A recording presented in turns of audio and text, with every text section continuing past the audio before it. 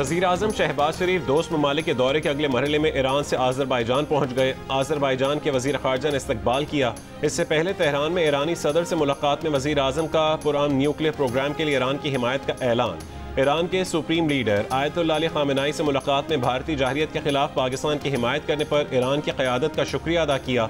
Media से गुफ्तगू में वज़ीर आज़म ने कहा है कि ईरान के साथ आज़ाद तिजारत के मुआहदे पर दस्तखत करने पर गौर कर रहे हैं।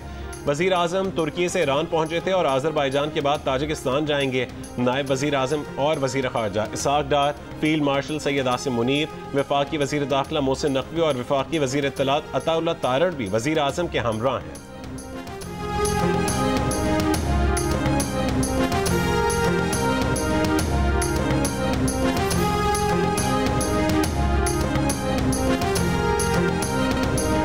पाकिस्तान ने मोदी के नफरत अंगेज बयान को इलाकाई अमन और इस्तेहकाम के लिए खतरा करार दे दिया। मोदी की धमकी पर जवाब देते हुए तर्जुमान दफ्तर खारजा ने कहा, पाकिस्तान किसी भी खतरे का मुंह तोड़ जवाब देगा। जौहरी रियासत के सरबराह के नफरत अंगेज बयानात काबिल अफसोस और ख़तरनाक रुझान हैं। भारत को इंतहा पसंदी की फिक्र है तो उसे अंदरून मुल्क हिंदुत्व और अक़लियत दुश्मनी पर तवज्जो दे। गुजरात में मोदी का बयान इंतखाबी मुहिम का थिएटर और UN चार्टर की संगीन खिलाफ वर्जी है। भारत मकबूजा कश्मीर में इंसानी हुकूक की खिलाफ वर्जियाँ छुपाने के लिए बयानात दे रहा है। गुज़श्ता रोज़ नरेंद्र मोदी ने गुजरात में खिताब करते हुए कहा था कि पाकिस्तान को दहशतगर्दी से निजात दिलाने के लिए पाकिस्तान के अवाम को आगे आना होगा। सुख की जिंदगी जिएं, रोटी खाएं, वरना मेरी गोली तो है ही। भारतीय ऑपोजिशन लीडर राहुल गांधी ने कहा है कि भारत की खारजा पॉलिसी नाकाम हो गई। पाकिस्तान के खिलाफ किसी मुल्क ने साथ नहीं दिया। वजीर खारजा जयशंकर से राहुल गांधी के फिर सवालात। पूछा, अमरीकी सदर डोनाल्ड ट्रंप से दोनों ममालिक के दरमियान सालसी करने के लिए किसने कहा?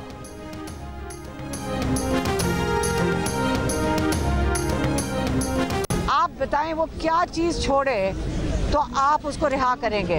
आप हमारे साथ बात करना चाहते हैं, यकीन करें। आप बताएं, गिव एंड टेक करना चाहते हैं, हमें बता दें इमरान क्या गिव करे और आपको क्या चाहिए। इंशाल्लाह हम आपको यकीन से कहते हैं, जो ईमानदारी से जो चीज़ होगी हम आपके साथ बातचीत करेंगे। गौहर साहब ने तो कल कह दिया था कि आज़ाद होने लगे 5 तारीख को। आप गौहर साहब से ज़रा एक सवाल पूछे, ये क्यों कह रहे हैं कि रहा होंगे? इनको कुछ रिहा का नहीं कहा था, मैंने कहा उम्मीद है केस है। 5 तारीख को हमारा केस सुना जाएगा और जब सुना जाएगा तो पूरी दुनिया देखेगी कि ये बेसलेस और पॉलिटिकल विक्टिमाइजेशन का केस। कुछ लो और कुछ तो की बुनियाद पर बात करने के लिए तैयार हैं। बताया जाए कि बानी PTI से क्या चाहिए। अलीमा खान का सवाल। इस्लामाबाद हाई कोर्ट के बाहर गुफ्तगू में कहा, 2 साल से बताया नहीं जा रहा कि बानी PTI ऐसा क्या दें कि आप इसे रिहा कर दें। हमें धमकियां दी जा रही हैं मगर हम नहीं डर रहे। आप भी ना डरें और आकर बात करें। अलीमा खान ने मीडिया के सामने बैरिस्टर गौहर से 5 जून को बानी PTI की रिहाई के बयान का जवाब मांग लिया। बैरिस्टर गौहर ने जवाब दिया कि उनका मकसद तो ये था कि केस 5 जून को लगा तो बोगस होने की वजह से खत्म हो जाएगा।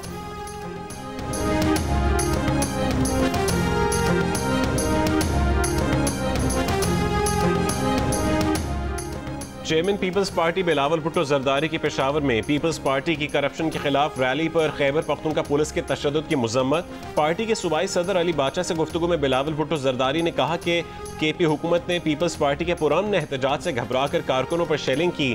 खैबर पख्तूनख्वा हुकूमत की करप्शन और लाकानूनियत से तंग अवाम पर तशद्दुद काबिल मुजम्मत है। KP हुकूमत को अवाम से बराह रास्त टकराव की हिकमत अमली महंगी पड़ेगी। खैबर पख्तूनख्वा बचाओ तहरीक का दायरा सूबे की गली गली और कूचे कूचे तक फैलाया जाएगा। PTI की गुंडा सरकार पीपल्स पार्टी के कारकुनों को नहीं रोक सकेगी।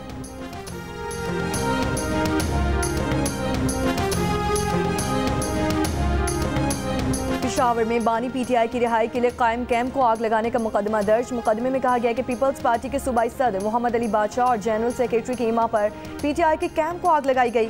गुज़श्ता रोज़ खैबर पख्तूनख्वा में हुकूमत की मुबैना करप्शन के खिलाफ असम्बली चौक में पीपल्स पार्टी ने एहतजाज किया था। रेड जोन में दाखिल होने की कोशिश पर पुलिस ने शेलिंग की। मुजाहिरीन ने पुलिस पर पथराव किया। असम्बली चौक पर तहरीक इंसाफ और पीपल्स पार्टी कारकुनान आमने सामने आ गए। तहरीक इंसाफ के एहतजाजी कैंप को आग लगा दी।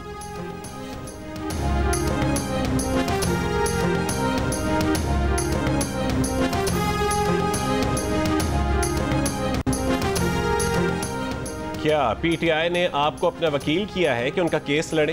क्या सुन्नी इत्तेहाद काउंसिल को पता है कि आप उनके अरकान के मफाद के खिलाफ बात करेंगे? जस्टिस मुसर्रत हिलाली का वकील फैसल सिद्दीकी से मुकालमा। जस्टिस जमाल खान मंदोखेल ने पूछा, क्या आप इससे इत्तफाक करते हैं कि सुन्नी इत्तेहाद काउंसिल को मखसूस नशिस्तें नहीं मिलनी चाहिए? वकील फैसल सिद्दीकी ने कहा है कि अक्सरियती फैसले से इत्तफाक करते हैं, उनकी हार में उनकी जीत है, मोहब्बत में हार कर भी जीता जा सकता है।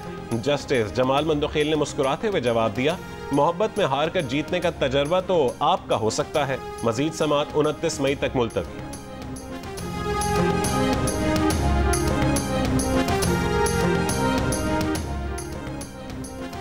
सुप्रीम कोर्ट आईनी बेंच में जजेस ट्रांसफर और सीनियरिटी केस की समाअत जस्टिस सईम अख्तर अफगान ने कहा कि जस्टिस सरफराज चौधरी का लाहौर हाई कोर्ट की सीनियरिटी लिस्ट में 15वां नंबर था। इस्लामाबाद हाई कोर्ट में सीनियरिटी किस उसूल के तहत तय की गई? अटॉर्नी जनरल मंसूर उस्मान अवान ने जवाब दिया कि इस्लामाबाद हाई कोर्ट में ट्रांसफर होकर आने वाले जजेस की सीनियरिटी का तयन चीफ जस्टिस आमिर फारूक ने किया।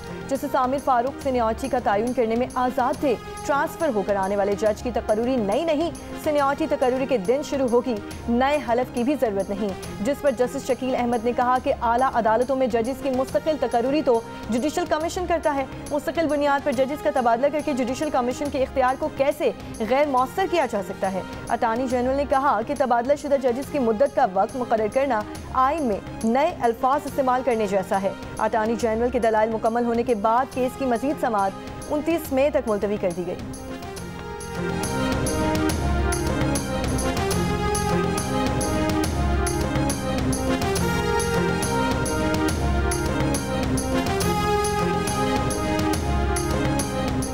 नोशकी में सदादे पोलियो टीम की सिक्योरिटी पर मामूर पुलिस एहलकारों पर फायरिंग। एक पुलिस एहलकार जाँ बहक और एक जख्मी हो गया।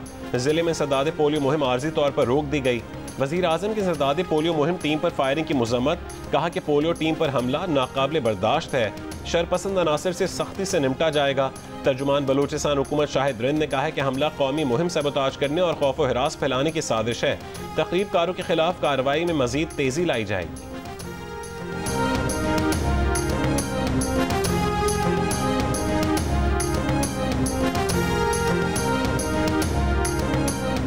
सदर मुमलिकत आसिफ अली जरदारी की वालिदैन से बच्चों को पोलियो वैक्सीन पिलाने की अपील। कहा, वालिदैन पोलियो वर्कर्स के लिए अपने दरवाजे खोलें, असातिज़ा, उलमाए किराम और कम्युनिटी गलत फहमियों का खात्मा करें और एतमाद पैदा करें। पोलियो वैक्सीन महफूज मौसर है। सदर मुमलिकत की नौशकी में पोलियो टीम पर होने वाले हमले की भी मजम्मत। कहा, इंसादे पोलियो मुहिम के लिए जाने कुर्बान करने वाले पोलियो वर्कर्स और सिक्योरिटी एहलकारों को खिराज अक़ीदत पेश करते हैं।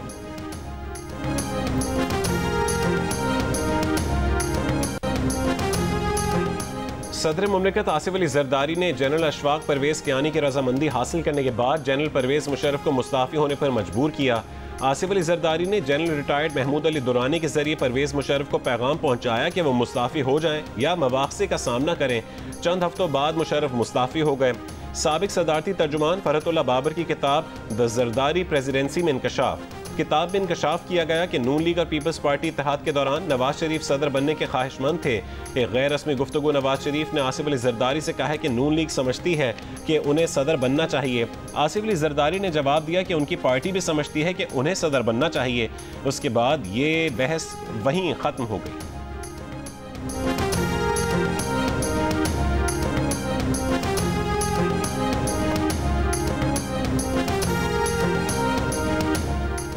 भारत के इंस्टीट्यूट फॉर कॉन्फ्लिक्ट मैनेजमेंट के एग्जीक्यूटिव डायरेक्टर ने पाकिस्तान एयरफोर्स के 20% इंफ्रास्ट्रक्चर को तबाह करने का भारतीय मीडिया का दावा गलत करार दे दिया। कहा, नुकसान 20% से बहुत कम है। भारतीय हुकूमत में अस्करी मामलात में समझने वाला कोई भी नहीं। वो हर काम का सहरा अपने सर लेने की कोशिश करते हैं। मौजूदा सूरत हाल में भारत वाज़ेह तौर पर हार रहा है।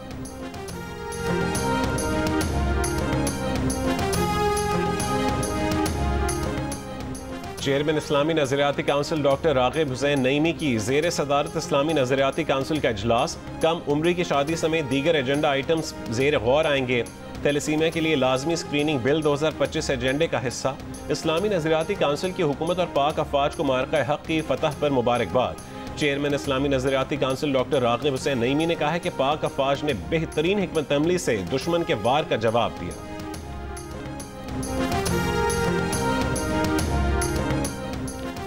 बलोचिस्तान के इलाकों ज़ियारत, कान, मेहतरजई, शिरानी और कोह सलेमान में कहीं बारिश और कहीं आलाबारी। किला अब्दुल्ला, तौबा, चिकसई, पुशीन, किला सैफुल्ला में आंधी।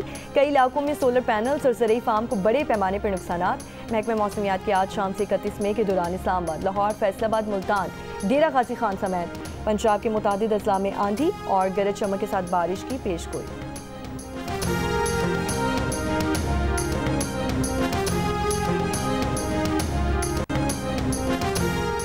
वफाकी वज़ीर दाखिला मोहसिन नकवी की मशहद में हज़रत इमाम अली रज़ा अलैहिस्सलाम के रोज़े पर हाज़री। हरम के मुख्तलिफ हिस्सों का दौरा किया, नवाफिल अदा की और अमन व सलामती, तरक्की और खुशहाली और ख़ित्ते में इस्तेहकाम के लिए दुआ की। इससे पहले मशहद इंटरनेशनल एयरपोर्ट पर वफाकी वज़ीर दाखिला मोहसिन नकवी का खुरासान सूबे के गवर्नर जनरल गुलाम हुसैन मुज़फ़्फ़री ने इस्तकबाल किया। मोहसिन नकवी ने पाकिस्तानी ज़ायरीन के लिए खुसूसी इंतज़ामात पर ईरानी हुकूमत का शुक्रिया भी अदा किया।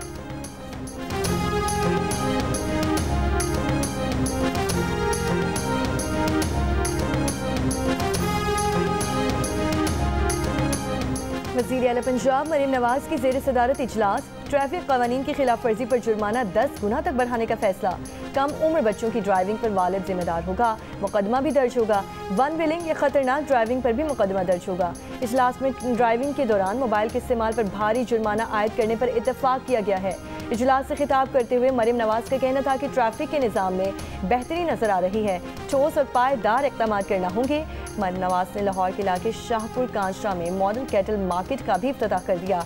दस्तयाब सहूलतों का जायजा लिया। मंडी में 25,000 बड़े जानवरों और 1.5 लाख छोटे जानवरों की गुंजाइश मौजूद।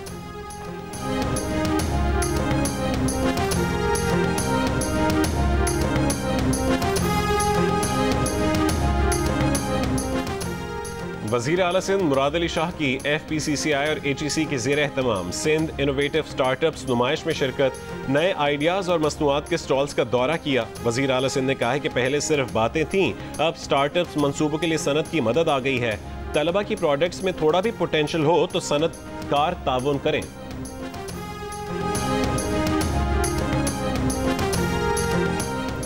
सिंध के सीनियर वजीर शर्जील इनाम मेमन से एशियाई तरक्याती बैंक के वफ़द की मुलाकात। सिंध के पब्लिक ट्रांसपोर्ट सेक्टर में सरमायाकारी में दिलचस्पी। शर्जील मेमन ने कहा, मुस्तकबिल इलेक्ट्रिक गाड़ियों का है, इलेक्ट्रिक व्हीकल सेक्टर में गैर मामूली पेशरफ चाहते हैं। पब्लिक ट्रांसपोर्ट में इनकलाबी तब्दीली के लिए पुरआज़्म है।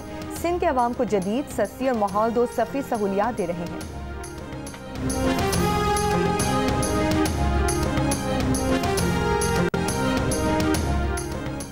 वज़ीर आला खैबर पख्तूनख्वा अल यमीन गंडापुर ने गुड गवर्नेंस रोड मैप का बाज़ाब्ता इजरा कर दिया। कहा कि गुड गवर्नेंस, स्मार्ट डेवलपमेंट और मजबूत सिक्योरिटी रोड मैप के 3 शोबे हैं। 2 साल में इन शोबों में मौसर नताइज के हुसूल के लिए अहदाफ का तयन किया गया है।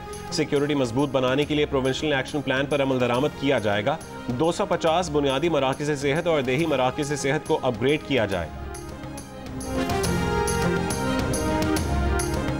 पंजाब भर में 28 मई को यौम तकबीर की वजह से स्कूल खुले रहेंगे। नोटिफिकेशन जारी। नोटिफिकेशन के मुताबिक यौम तकबीर को जोश खरोश से मनाया जाएगा। स्कूलों और असम्बली में खुसूसी प्रोग्राम मुनक़िद किए जाएंगे।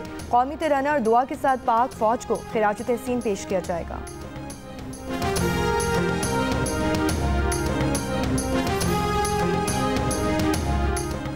सिंध हुकूमत ने स्कूलों में बतौर तोहफा अजरक और टोपी देने पर पाबंदी लगा दी। सरकारी तकरीबात में तहाइफ देने की रिवायत ख़त्म करने की हिदायत। नोटिफिकेशन के मुताबिक मेहमानों के इस्तकबाल के लिए बच्चों को खड़ा करने पर भी पाबंदी।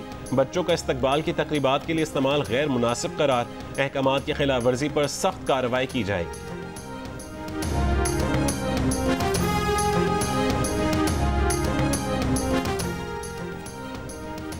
आलमी बैंक ने पाकिस्तान में इजाफी दरामदी टैरिफ को सनती तरक्की और बरामदात के लिए बड़ी रुकावट करार दे दिया। दरामदी टैरिफ के मुख्तलिफ स्लैब्स में कमी, रेगुलेटरी और एडिशनल कस्टम ड्यूटीज खत्म करने की तजवीज़ दी। जारी रिपोर्ट में कहा कि गुज़श्ता दहाई में रेगुलेटरी और इजाफी कस्टम ड्यूटीज समेत दरामदी टैरिफ में 117% तक इजाफा हुआ, जिससे मार्केट में मुसाबकत कम हुई। गैर मौसर सनती हिकमत अमली को फ़रोग़ मिला। सरमायाकारी पैदावारी शोबों के बजाय बाअसर गिरोहों में मुंतकिल हुई। पाकिस्तान की बरामदात भी मुतासिर हुई। 1990 की दहाई में पाकिस्तान की बरामदात GDP का 15% थी, जो 2024 में कम होकर 10% रह गई, जो खिते में कम तरीन सतह है। आलमी बैंक ने बरामदात और सरमायाकारों का एतमाद बढ़ाने के लिए ज़र मुबादला का आज़ाद निज़ाम यकीनी बनाने, सस्ती तवानाई के लिए इस्लाहात, आसान फाइनेंसिंग, कौमी रेगुलेटरी डिलीवरी ऑफिस के क़याम समेत मुख्तलिफ सिफारिशात की। जेहलम में निजी हाउसिंग सोसाइटी के घर से घरेलू मुलाजिमा के कत्ल का मुकदमा मालिक मकान और उसकी बीवी समेत 4 अफराद के खिलाफ दर्ज। मकतूला के वालिद की मुद्दत में दर्ज मुकदमे में कहा गया कि बेटी को जेवरात चोरी के इल्जाम में तशद्दुद का निशाना बनाया गया। इब्तदाई मेडिकल रिपोर्ट के मुताबिक लड़की के जिस्म पर तशद्दुद के निशानात मौजूद थे। अहले खाना पोस्टमार्टम के बाद लाश उकाड़ा ले गए।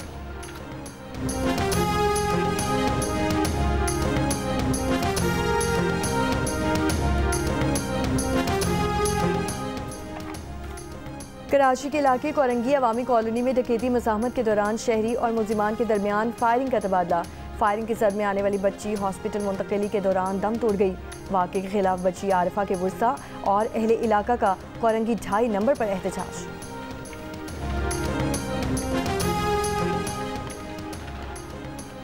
रिश्तेदारों को माली फ़ायदा पहुंचाने के इल्ज़ाम में बरतरफ बेनज़ीर इनकम सपोर्ट प्रोग्राम के 3 मुलाजमीन को सिंध हाई कोर्ट ने मशरूत तौर पर बहाल कर दिया। अदालत ने हुक्म दिया कि मुलाजमीन की बहाली के बाद उनके खिलाफ कवायद के मुताबिक इंक्वायरी 3 महीने में मुकम्मल की जाए। इस दौरान मुलाजमीन को तनख्वाह नहीं मिलेगी। मुलाजमीन को अपनी बीवियों और अजीज़ व अकारिब को फंड से नवाजने के इल्ज़ाम में बरतरफ किया गया था।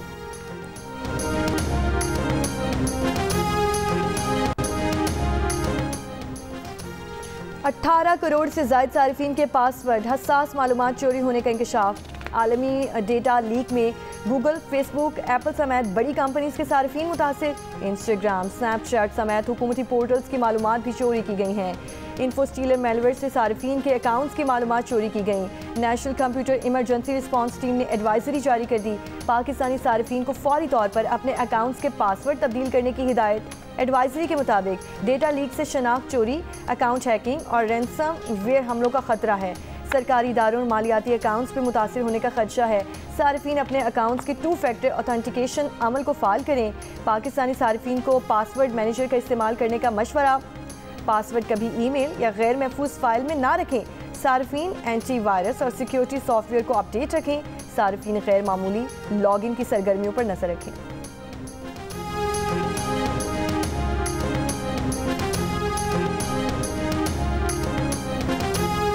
जिल हज का चांद देखने के लिए मरकजी रोयत हिलाल कमेटी का इजलास आज इस्लामाबाद में होगा। स्पार्को के मुताबिक आज चांद के नजर आने के इम्कान तकरीबन ना होने के बराबर हैं। यौकुम जिल हज 29 मई को मुतवक्की है। मुल्क भर में ईद उल अज़हा 7 जून को होने का इम्कान।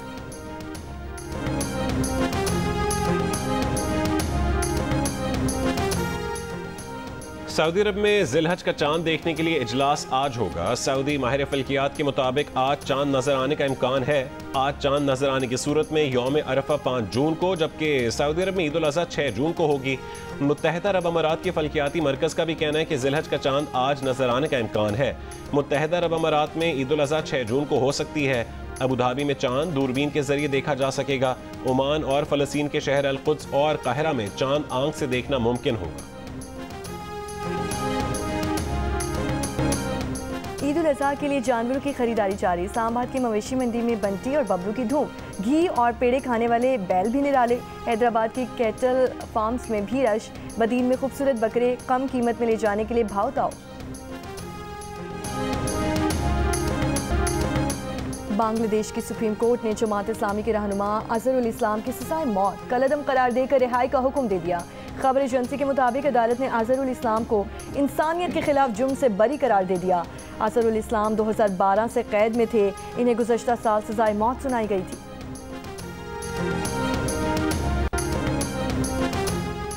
भारत के शहर अलीगढ़ में गोश्त ले जाने पर हिंदू इंतहा पसंदों का 4 मुसलमानों पर बदतरीन तशद्दुद। हमलावरों ने मुतासरीन को गाड़ी से ज़बरदस्ती निकाला और उन्हें ईंटों, डंडों और सरियों से मारा पीटा। गाड़ी को आग लगा दी, मोबाइल फ़ोन और नकद रकम भी छीन ली।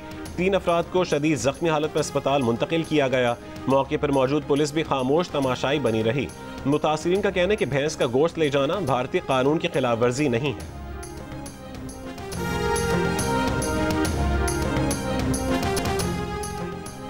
पाकिस्तान और बांग्लादेश के दरमियान 3 T20 मैचेस की सीरीज का पहला मैच कल कज़ाफी स्टेडियम लाहौर में खेला जाएगा। दोनों टीमों ने कल पहले ट्रेनिंग सेशन में हिस्सा लिया। दोनों टीमें आज भी प्रैक्टिस करेंगी। पाकिस्तान और बांग्लादेश के कप्तान ट्रॉफी की रोनुमाई और प्रेस कॉन्फ्रेंस करेंगे।